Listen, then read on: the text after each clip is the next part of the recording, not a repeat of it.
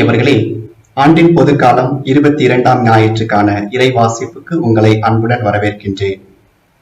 The heart of education is the education of heart என்பது ஆங்கில பழமொழி. அதாவது கல்வியின் நோக்கம் இதயத்திற்கு கல்வி புகட்டுவது. அதே போல நம்முடைய வாழ்வில் நாம் பெற்றிருக்கின்ற விதிமுறைகள், சட்டங்கள், நியமங்கள் அனைத்தின் நோக்கமும் நம்முடைய இதயத்தை உருவாக்கவே என்று சொல்கின்றது இன்றைய இறைவார்த்தை வழிபாடு. இன்றைய முதல் வாசகம் இறைச்சட்ட நூல் 4வது பிரிவிலிருந்து எடுக்கப்பட்டுள்ளது. ஆண்டவராகிய கடவுள் இஸ்ராயல் மக்களுக்கு கொடுத்த 10 கட்டளைகளை மீண்டும் நினைவுபடுத்துகின்றார் மோசே. மோசே சீனாய் மலையில் 10 கட்டளைகளை பெற்ற போது இருந்த தலைமுறை மறைந்து இப்போது புதிய தலைமுறை வந்து நிற்கின்றது.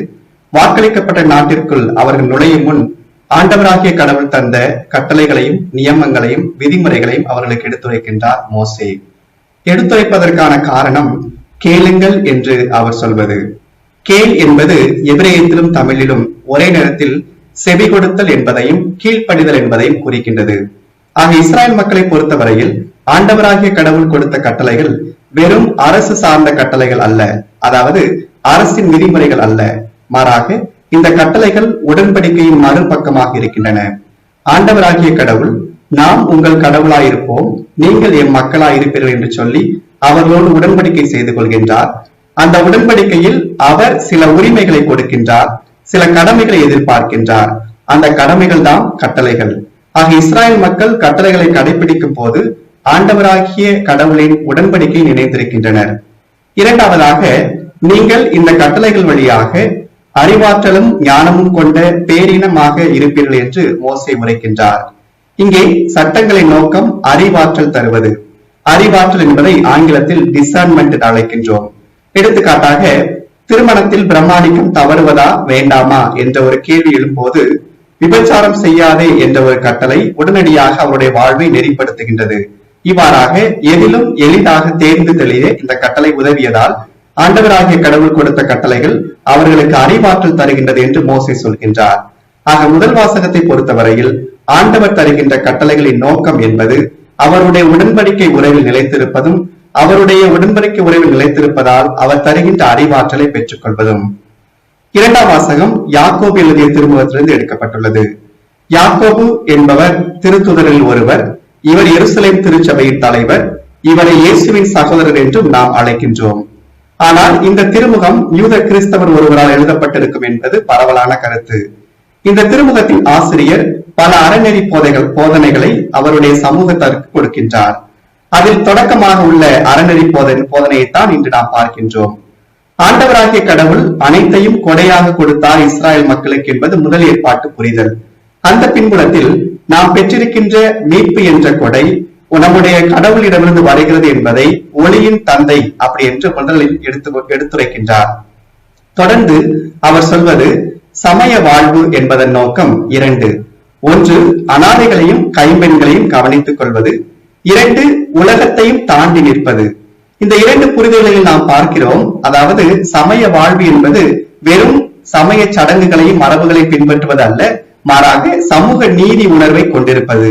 அனாதைகள், கைம்பெண்கள் என்பவர்கள் அன்றைய கிரேக்க ரோமை சமூகத்தில் பல்வேறு நிலைகளில் தங்களுடைய உரிமைகளை இழந்தவர்கள்.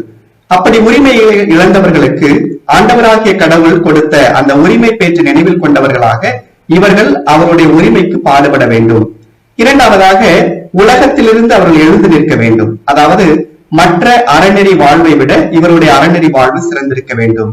ஆக யாக்கோபு எழுதிய திருமுகத்தை பொறுத்தவரையில் இஸ்ராயல் மக்கள் பெற்றிருந்த அதே கட்டளைகளைப் போல புதிய ஏற்பாட்டில் நம்பிக்கையாளர்கள் கட்டளைகளை பெற்றிருக்கின்றனர். அதன் வழியாக தங்களுடைய சமய வாழ்வை புதுப்பித்துக் கொள்கின்றனர். நற்செய்தி வாசகத்தில் மார்க் நற்செய்தி 7வது பிரிவில் இயேசுவுக்கும் அவருடைய சீடர்களுக்கும் ஒரு பக்கம், இன்னொரு பக்கம் பரிசேயர்களுக்கும் மறைநூல் அறிஞர்களுக்கும் மரபு சார்ந்த அல்லது மரபுகளை குறித்த ஒரு விவாதம் எழுதுகின்றது. அதாவது கைகளை கழுவாமல் உண்கின்றனர் சீடர்கள். இது சரியா தவறா என்ற ஒரு பின்புலத்தில் இயேசு இந்த நிகழ்வை எடுத்து உண்மையான அறநெறி என்ன என்பதை அவர்களுக்கு எடுத்துரைக்கின்றார். இதன் பின்புலம் என்னவென்றால், பரிசேயர்களும் மறைநூல் அறிஞர்களும் மோசே வழியாக ஆண்டவராகிய கடவுள் கொடுத்த கட்டளைகளை மிகவும் பிரமாணிக்கமாக கடைபிடித்தனர். எந்த அளவிற்கு என்றால், பிரமாணிக்கத்தை மையப்படுத்தியவர்களாக அந்த கட்டளைகளை சாதாரண விதிமுறைகளாக நியமங்களாக மாற்றி இஸ்ராயல் மக்களுக்கு கொடுத்து அதை மூதாதையர் மரபு என்று பெயரிட்டு அழைத்தனர். அந்த மூதாதையர் மரபை அவர்கள் ரொம்பவும் தெளிவாக பின்பற்றி வந்தனர், நுணுக்கமாக பின்பற்றி வந்தனர். இந்த பின்புலத்தில் அவர்கள் கைகளை கழுவுவது, கிண்ணங்கள் பரண்டிகள் கழுவுவது போன்ற பல சடங்குகளை வைத்திருந்தார்கள். இயேசு என்ன சொல்ல வருகிறார் என்றால், இந்த கட்டளைகள் கொடுக்கப்பட்டது ஆண்டவராகிய கடவுள் ஏற்படுத்திய உடன்படிக்கை உறவிற்கான தவிர வெளிப்புற அடையாளங்களுக்காக அல்ல என்று அவர்களுக்கு சொல்லுகின்றார். ஏனென்றால் இந்த பரிசேயர்களும் மறைநூல் அறிஞர்களும் இரண்டு நிலைகளில் தவறாக நடந்து கொண்டனர். ஒன்று, வெளிவேடம் கொண்டிருந்தனர். தங்களுடைய உள்ளுக்குள் ஒரு மாதிரி, வெளியே இன்னொரு மாதிரி இருந்த வாழ்வை வாழ்ந்தனர். இரண்டாவதாக, தூய்மை தீட்டு என்ற அடிப்படையில் தங்களையும் புறவினத்தாரையும் நினைத்துக் கொண்டு தாங்கள் தூயவர்கள், புறவினத்தார்கள் தீட்டானவர் என்ற ஒரு நிலையில்தான் புறவினத்திலிருந்து வரக்கூடிய அனைத்தையும் கழுவ வேண்டும் என்ற ஒரு நிலையில் அந்த கழுவுகின்ற ஒரு சடங்கை கொண்டு வருகின்றனர். இங்கே இயேசு அவர்களுக்கு ஒரு புதிய புரிதலை தருகின்றார். அந்த புரிதல் என்னவென்றால், தூய்மை என்பது புறம் சார்ந்தது அல்ல, அகம் சார்ந்தது. அதாவது எந்த ஒரு இதயம் தீய எண்ணம் இல்லாமல், மற்ற தவறான எண்ணங்கள் இல்லாமல் இருக்கின்றதோ அதுவே தூய்மையின் இருப்பிடம், அதுவே இதய உருவாக்கம் என்று இயேசு கற்பிக்கின்றார்.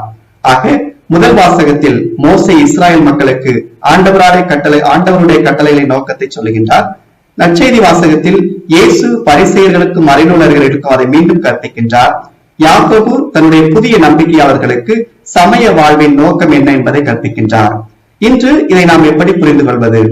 இன்று நாம் நிறைய சடங்குகளை வைத்திருக்கின்றோம், விதிமுறைகளை வைத்திருக்கின்றோம், மரபுகளை வைத்திருக்கின்றோம். எடுத்துக்காட்டாக இந்த பெருந்தொற்று காலத்தில் நாம் சமூக இடைவெளி, முகக்கவசம் அணிதல், சானிடைசர் பயன்படுத்துதல் என்று சில சடங்குகளை வைத்திருக்கின்றோம். இவற்றின் நோக்கம் வெறும் சடங்குகள் அல்ல, மாறாக நம் உடல் நலத்தில் மேற்கின்ற பொறுப்புணர்வு, அதே நேரத்தில் அடுத்தவருடைய உடல் நலத்தில் இருக்கின்ற பொறுப்புணர்வு. இந்த பொறுப்புணர்வு மட்டும்தான் அதன் நோக்கமாக இருக்கின்றது. இதே போல நம்முடைய சமய வாழ்விலும் இருந்தால் நன்றாக இருக்கும். பல நேரங்களில் நாம் வெறும் மரபுகளை மட்டும் பிடித்துக் கொண்டிருக்கின்றோம். ஏனென்றால் அவை எளிதாக இருக்கின்றன, அடுத்தவரை பார்த்து தீர்ப்பிடுவதற்கு பயன்படுகின்றன. ஆனால் அதை விடுத்து எப்பொழுது நம்முடைய இதயத்தின் உருவாக்கம் நோக்கி நாம் நகர்கின்றோமோ அப்பொழுதுதான் நம்முடைய சமய வாழ்வு இனிய வாழ்வாக இருக்கும். ஆக நாம் சமயம் சார்ந்த எந்த ஒரு நிகழ்வாக இருந்தாலும் இறைவார்த்தை வாசிக்கலாம், ஜெபமாலை ஜெபிக்கலாம், நவநாள் செய்யலாம், திருப்பயணம் மேற்கொள்ளலாம். இவை அனைத்தின் நோக்கம் நம்முடைய இதயத்தின் உருவாக்கமாக இருக்க வேண்டும். இதைத்தான் இன்றைய பதிலுரை பாடலில் திருப்பாடல் ஆசிரியர், ஆண்டவரே உன் கூடாரத்தில் தங்கிட தகுதி உள்ளவர் யார் என்ற கேள்வியை கேட்டு அவரை 15 வகையான மதிப்பீடுகளை குறிப்பிடுகின்றார். ஆக ஒரு மனிதனுடைய இதயம் கடவுளை நோக்கியும் பிறரை நோக்கியும் இருந்தது என்றால் அங்கே இதய உருவாக்கம் நடைபெறுகின்றது.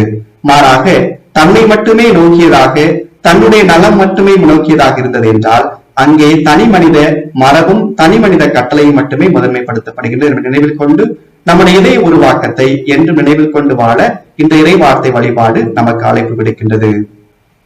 நன்றி.